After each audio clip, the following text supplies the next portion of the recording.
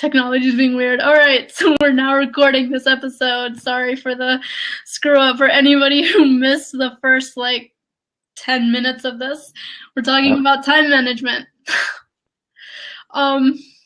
So all those that joined us for the first 12 minutes, you're never going to see or hear what we said because we didn't record it. That's what happens. So you missed out. We missed out. Yeah. Time management flub. Well, at least since I like to write, I can summarize what we talked about.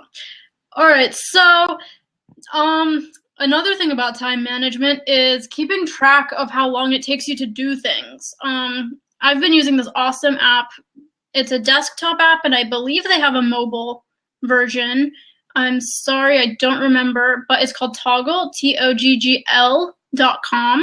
And they have a free version and a paid version. It's great for freelancers if you need to bill based on hourly, but I mainly use it for, and you can price your projects and all that and time it, but I use it mainly just to time how long it takes me to do something, especially if I'm trying something new or I want to create a process, because something you'll want to do if you haven't started already is when you're creating scale in your business, when you're at the stage where you're like, okay, I need to scale myself. I need to hire someone to do this task, whether it's social media or SEO or whatever it is. You need to know how long it takes, and you also need to know what to expect from someone else. Obviously, you already know how to do the job, but you need to make sure that they are also on time. And it also helps you be like, okay, it takes 10 minutes to publish this to Facebook, Twitter, and LinkedIn, and it takes, 30 minutes to create a week's worth of Facebook posts if you're doing 3 a day or something. So just always keep in mind, how long does it take you to do things? How long does it take you to post it, create it, and just and Toggl will just help you keep track of every bit of that. And you don't have to use it forever, but if you've never tracked your time before and you don't know the exact numbers and you're looking to hire someone, whether it's an outsourcer or staff, that is definitely a huge help. Because you don't want someone taking 2 hours when it should be a 30, 45-minute job. Right. And blogs can be the same way, because what you're going to do with blogs is you got to create the content, you got to post it to your WordPress, you got to optimize it, then you got to share that blog to your LinkedIn, to your Twitter, to wherever you want to put it. And if you're going to copy that blog to LinkedIn's long form, where you can actually share long posts, and same with Facebook on their notes, then it's going to take more time. So, it's not just, hey, I can write blogs for you and it's going to take 15 minutes. You're going to have to times that by 3, because now you're sharing it, you're optimizing it. So, and to write a quality post, for me, that takes at least 45 minutes. And for me, it's less about writing just to write and writing something that really is of value to the reader and being concise. I promise, half my writing time is used cutting out paragraphs that don't need to be said. That's most of the time spent on writing. And so when you're coming from the mindset of, I need to create quality, I need to create, even if it's 1 paragraph, even if your blog is 1 to 2 paragraphs with a video or a link to something else, really keep in mind, it's about who are you writing for. Google likes to post at least 1,000 words. Yeah, that's true. Google does like certain things. I don't always follow Google's rules or preferences, just because I want to be valuable to my audience. And my audience, I know that they don't like reading long stuff. They like to quickly scan, get to the point, and be on to the next thing. So every blog that I write stays within a 500 to 600 word max. 4 blogs. For long form articles for magazines, it'll go 1,500 words or more. Mm-hmm. But for a typical blog, you should not exceed 600 words. And it's a hard thing to balance too, because you want the SEO ranking that Google has to offer so that you can be seen, but you also want to stay true to your readers and not give them something that they won't bother reading, because Google also takes that into account. They take, how long are people actually staying and reading your content and moving from page to page. And if your audience likes a quick scan and they see this bunch of paragraphs and large text and they quickly bounce off, then Google will count that against you as well. So it's a balancing act for sure. And I think having, some long form post mixed in with shorter things is a really good way to gauge, what people read. So it's a blend. It's all about user experience. So, keep that in mind. It's not just about writing blogs for SEO or optimization. It's about making sure that the people are going to stay there to read your blog, to share it, to engage with it. And, if you're boring them because you just wrote a 1,500 word, article, but they're not engaging, or they're not sharing, or they're not, commenting in any way, then it's not building on your user experience. Yeah, and I think a really good example of that is if you are going to do long form, Huffington Post. Now, some of their writers are iffy, but some of their good writers, I'm not thinking of names right offhand, but there's a few articles I've read on there that have been long form thought pieces, and they're really good articles. Like, I don't read much. I tend to be one of the scanners where I just scan through, get to the point, and move on. But a lot of on Huffington Post, if it's well written, I will stay and read something, no matter how long it is.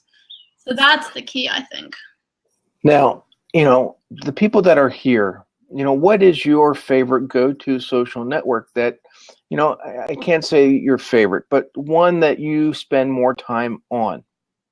Because what I've been hearing is it's Facebook or Twitter.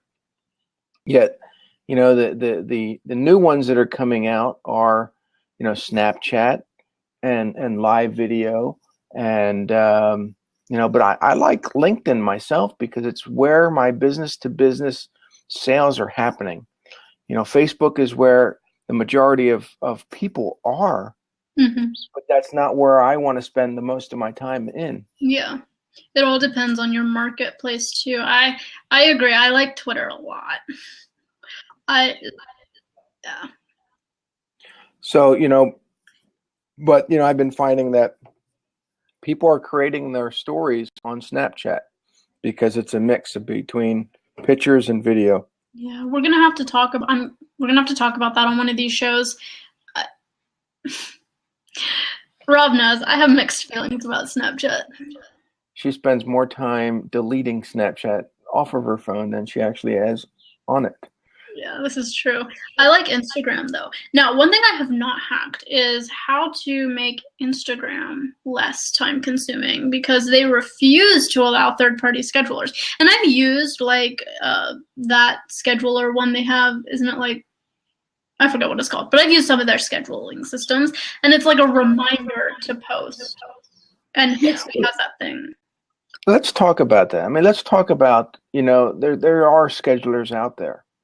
And, I don't know if anybody's using them. And I just took a look at Post Planner earlier today, but I didn't really do much with it.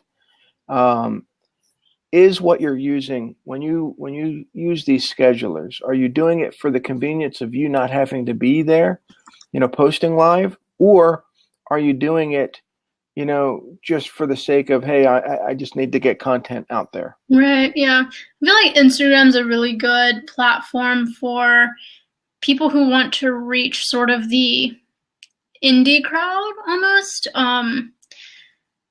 There's a blend. It's interesting. There's a blend of, it's hard to pinpoint the exact audience of Instagram because it kind of depends on who you follow, but it seems like a lot of it is bookworms, indie artists, those motivational quote thingy people are all over Instagram. But it's pretty easy to build a following there, which is ironic because it takes a lot of time to have them get from your Instagram piece of content over to your website, because you're like, hey, go to the bio and click this link. That's the one thing I don't like about Instagram.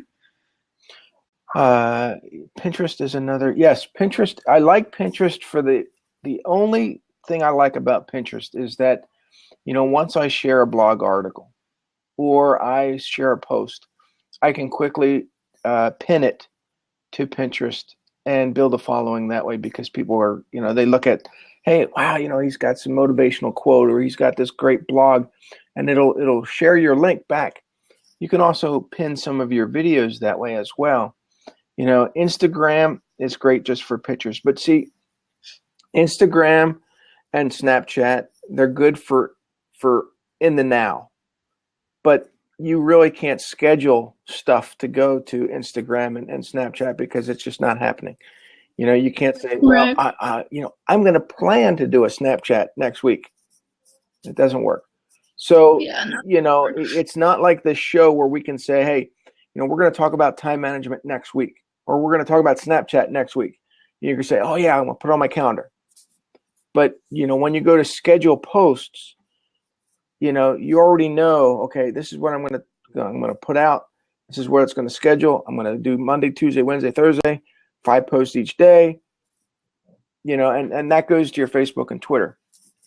But, you know, it's hard to do that with Instagram, with Pinterest, with Snapchat. And that's okay, because there are some things that you just need to be spontaneous about. Like, you know, in the moment things that are funny. I know, Rob, on your Snapchat, you do a lot of like playing around with the filters and funny things, and that's cool for like in the moment, spontaneous, personal, humanizing moments. And that's something that is pretty much, it needs to be incorporated into your business these days. Just personal, human to human contact, whether you're Snapchatting or Instagramming from a brand, or you're doing it as you are the brand. So that's important. And I know that's how you get clients. And it's very hard to relay this to a lot of people, because you talk about time management, and then you talk about how do you get clients, and then you talk about being personal, and like being personal and getting clients takes time. And so how do you make all that efficient? Well, part of it is you schedule the content that you can schedule. So have a bulk load of evergreen content that it doesn't matter when it goes out, but you're getting something out there so that people can be engage with you on relevant content. You don't have to think about it except for once a week or twice a week when you load that content. And then you have time to focus on creating content, working with your clients, attracting leads, updating your marketing plan, looking at your analytics, balancing your budget, whatever it is. You can work on the rest of the business and have the evergreen aspects taken care of. And then you have time for those spontaneous moments on Snapchat when you're like, my dog is being weird, and so I'm going to post a 10-second snap video of it, you know, and that just blends all into your marketing. And so it's about knowing how long a task takes, scheduling what you can schedule, and then that creates time for everything else. You know, it's always good to schedule all your evergreen stuff, the stuff that you know that it doesn't matter what event comes up, it doesn't matter, you know, what's happening in society. That evergreen, the product or post isn't going to offend anybody. It's going to get them to come in and learn a little bit about you. And then it's always good to say, you know what, you know, you can't really schedule live events, but you can, based on what you're doing that day, post something live, you know, say, okay, 3:00 today, I know I'm going to be at this event. Let me post something live. And then on your Snapchat, that can be where you direct people to the behind the scenes of your life or your brand or your product. And now they can see more of what you're doing in the background. So, you know, you use Snapchat for one thing, you use Twitter for another, and Facebook for maybe, you know, a different marketing message. Then people say, well, I don't have time to post to all those. So you get your scheduler out and you make sure that everything is scheduled through Facebook, Twitter, and LinkedIn. Mm-hmm. And then when you want to post live, then you can select the channels that you want to go live with. Definitely. And it's not even really about making it a big deal. Just use one of the scheduling apps that are out there, get set up, and get going. Like, people constantly ask me, like, should I use Hootsuite? Should I use Buffer? Should I use, you know, whatever tool? And I'm just like, get started on one and go. I just email them. I'm like, use Buffer and go. Just use it, you know, as a lot of people get bogged down in what tool should I use, and, you know, how should I use it, and should I use it for this platform, and, you know, should I be scheduling content or should I not be scheduling? I'm just like, you know what? Use Buffer. It's free. Get started. Schedule your stuff. Get going. And that's a big thing. I think people get more bogged down in creating a system instead of just doing and getting work out there. And that's a lot of times why it takes so much time, because you're too busy spending your time trying to plan it out instead of just getting it out there. I have a couple different clients, and each one is a little different. So my lawyers all get scheduled all at once. So I will sit down first thing in the month, like the first Monday of the month, and I'll schedule all their content for the month. So it's more set it and forget it. Whereas my doctors, I have to built in a lot of flex time where, okay, I know that on Tuesday, Thursday, and Saturday, it's going to be evergreen stuff where I can post it and schedule it. But those other days, I have to incorporate the blog. I have to incorporate a video. I have to do this, this, and this. And sometimes I have to wait on that content, like the video, to be created or me to write the blog post. So you have to build in time there to structure. Mm-hmm. Yeah, I work with a lot of more entrepreneur, internet online business owners, and we experiment with creating and this month we're going to do these various topics on the blog, but that rarely happens. A lot of us internet business owners are more kind of on the go, and so we write kind of like you were talking about in the question chat thing. I kind of like to write things that are in the moment, and so that's what a lot of my clients do. But at the same time, we have this library of content to look back on, previous blog posts, previous content that we're just like, okay, well, while you're writing your content and publishing it, we have this huge backlog to post and engage with. And, with organic reach down on Facebook and Twitter that moves so fast, and all these social channels, they move so fast, people forget what you post. I mean, how many people actually remember what they had for breakfast, let alone what XYZ company posted on their Facebook page, right? So a lot of people are like, oh, but I already posted this last week. Well, okay, well, not everybody saw it. I guarantee you, maybe if you're lucky, 5% of your crowd have seen it, if you're lucky, and you haven't paid to have more reach. So, one of my clients, what he did is he created 7 posts, and he ran those same posts week after week after week. So he had a post for Monday, post for Tuesday, and he repeated it. And after the end of the month, each post was run 4 times. And by the 4th time, he was getting more engagement as he would repost that same message, because the audience doesn't always see your message. And with Facebook limiting reach to probably 2% of your audience, he would catch them on different days, and they would still, he goes, well, Rob, why should I create 30 posts when I can create 7 and just repeat them? Right. And that's his strategy, but everybody's strategy is a little different. I prefer creating unique posts every single day. Mm-hmm.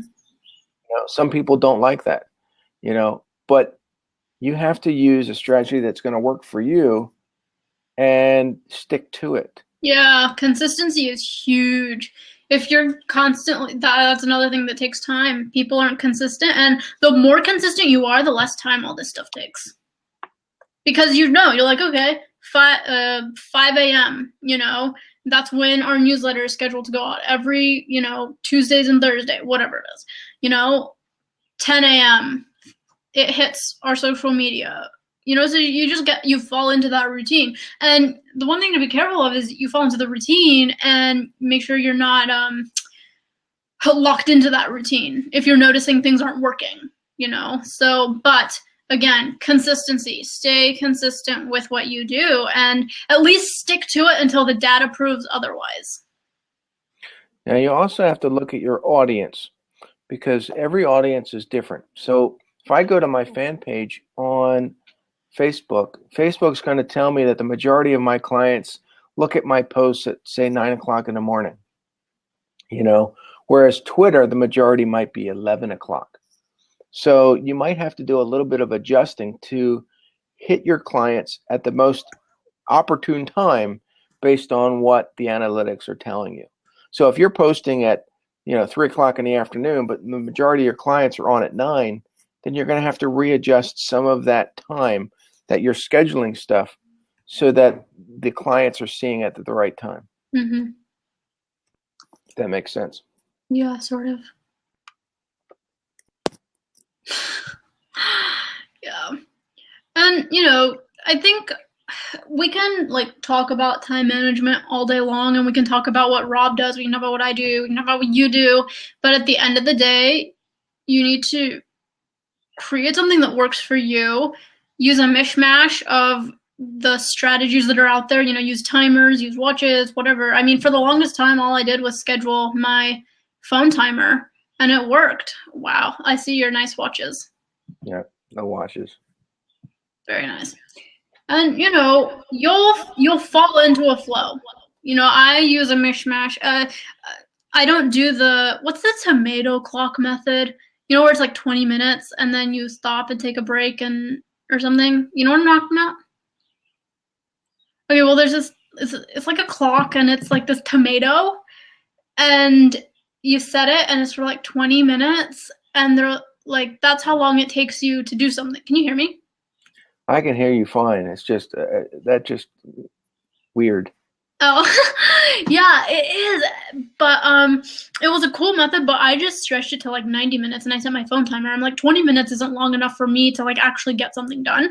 It's enough for me to get focused, but like it takes me 15 to 20 minutes to actually be focused enough to make progress on a project. So I do like 45-minute to 90-minute time chunks. And then I take a quick 5-minute break. I get up, I make coffee typically, and then I just get back to it. And that works for me. That might not work for you. Maybe for you, it's like, okay, for 2 hours, I'm going to hack away at writing, a week's worth of blog, or, 2 hours and I'm going to schedule a month of evergreen social media posts. And that might work for you. And that's fine. Do that. But just like, I constantly tell people, just start something and stop asking, like, what do I do? What do I do? And just start. That's the biggest thing. A lot of people just don't start with something that they know how to do. Like, you can easily Google time management tips or apps that keep you focused. I know there's one called Stay Focused, and I think it's a Google Chrome plugin. I'll link it in the blog post for the recording of this. And it blocks all the social sites or whatever site you want blocked until your timer comes up. So if you're being distracted by Facebook and trying to check your personal notifications or Twitter or Snapchat, whatever it is, you can block those apps excuse me, and get your stuff done. Another thing I like to do is just keep a pad of paper with me, and I'll write down everything that I have to get done that day. And I'll put times next to them. Did this job, was this supposed to take me 20 minutes, but it took me an hour? Okay, why did it take me an hour? And then I can adjust it the next time. Or, I'm allotting 1 hour on this project. And at the end of an hour, I have to stop and I'll finish the project either later that day when I get everything else done, or another day, because, it's robbing me of something else that I have to get done. And be honest too with yourself about what you're doing, because it's so easy to go post something on a page, get distracted with a notification, and then you're down this rabbit hole of, goofing off for 30 minutes. I know Brendan Burchard calls it browser blackout, and we've all had that happen. For me, as a social media manager, it can sometimes be really tricky, and it's like, I go to post something and then somebody in a group that I manage posts something here, and the next thing I know, I've spent an hour, checking different groups, and it wasn't as meaningful time. It wasn't like an hour where I got something done and I feel good about myself. And that kind of distraction adds up over time and is not helpful for your business. And so you have to be really, really honest and be like, okay, when am I actually working and when am I goofing off? And schedule your goof off times, because it's okay to be on social media. That's not a bad thing. That's how you connect with people. That's how you form relationships. But just know that if you're always on social media, you might be neglecting other aspects of your business. Like paying bills. Exactly. And that in and itself, you have to realize that what you're doing, whether you're blogging, whether you're creating content, whether you're helping a client, it's all about paying bills. So you're actually maximizing the time that you're on social media to make money. Right. So if all you're doing is worrying about content, worrying about this, worrying about that, and not getting stuff done in time, then you're losing money. So you're not going to be able to pay your bills. Mhm. So when you can think about that, you're going to be a little bit more efficient with the use of your time, so you are making money. Absolutely. And also realize that your time on social media and connecting with people is important. Like I schedule times like, 10 minutes every day. I'm just going to go on social media and I'm going to help someone. It's not going to have any end goal attached. It's not going to be, for a specific reason. I'm just going to go out and I'm going to, because that's important to me. It's important to me to help people just for the sake of helping people. And that is a value that I like to uphold. And social media is a really good way for me to connect with business owners and just be able to be like, hey, I'm going to give you 10 minutes of my time. I'm going to help you solve a problem. And then, we're done. Like you can move on. I can move on. I can go do the next project. And that makes me feel good. It makes me, be out there more. It's not at all for the end goal of gaining that person as a client, but it helps in general in terms of, oh, that person just enjoys being here to help me. And that leaves a good feeling for them. They have their problem solved and I can move on too. So schedule that time in your business. Like some of your connection can just be, hey, I'm giving my time away for free. I know a lot of people talk about,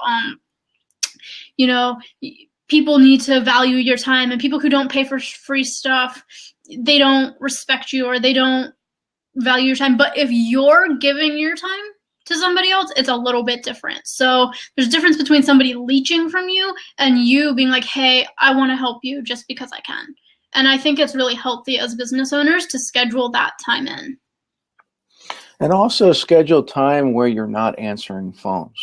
Turn your phones off, because you need downtime to be able to write your articles, or write your blogs or write your content. And, if you're on that, what I call a silent zone where, you can't be bothered or distracted by the phone ringing, you're going to be a little bit more productive, and you're going to get your blogs written a lot quicker. You're going to get your content created quicker, and you're going to get things posted quicker. And then when that time is up, then you can turn your phone back on, answer calls, make calls. But you need to have that phone off without distractions so you can get work done. Absolutely. Yep. And we have probably talked about almost all you can talk about time management in almost 30 minutes. Yeah. So I think we're on track today. Yeah. We made it up.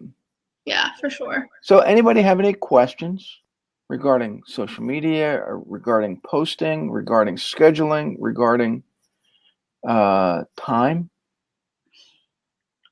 No? You just want to send us some money? I don't see any yeses either. So. All right. Well, we will be back here next week at the same time, probably talking about Snapchat. Yeah, I think we should talk about Snapchat, because I think it's not only, it's been around for a while, but it's really starting to evolve. How long has that app been around? I don't know. I think 3 years. I didn't know it was that old. Yeah. It's like ancient. But, I think the first 2 years that, no one really paid much attention to it.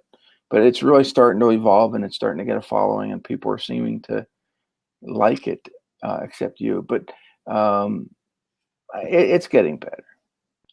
I don't post to it every day. I try to, but I run out of time too, So we'll talk about that next week. We'll talk about why I don't like it, and how you've gotten like 3 clients off Snapchat, haven't you? Yeah. So that'll be interesting, because we have very different perspectives of that app, and you'll just have to show up next week to find out what that is. We have some, good ideas for future shows. We've written them down. We've kind of gone back and forth on them, and Snapchat, and we in the past we've talked about Facebook groups. We've talked about I don't even know what we talked about on episode 1. I think we were just kind of back and forth, but I think it was just you and I, and we were just like randomly rambling. But there are a lot of subjects that we can talk about, and it's all for the sake of helping you guys build influence, and leverage what you're doing to build or attract new clients. So, if there's some subject that you want to talk about or you want us to talk about, send us a tweet, send us an email, catch us on Facebook and say, hey, Rob or Devani, talk about this because I really want to know what the answer is.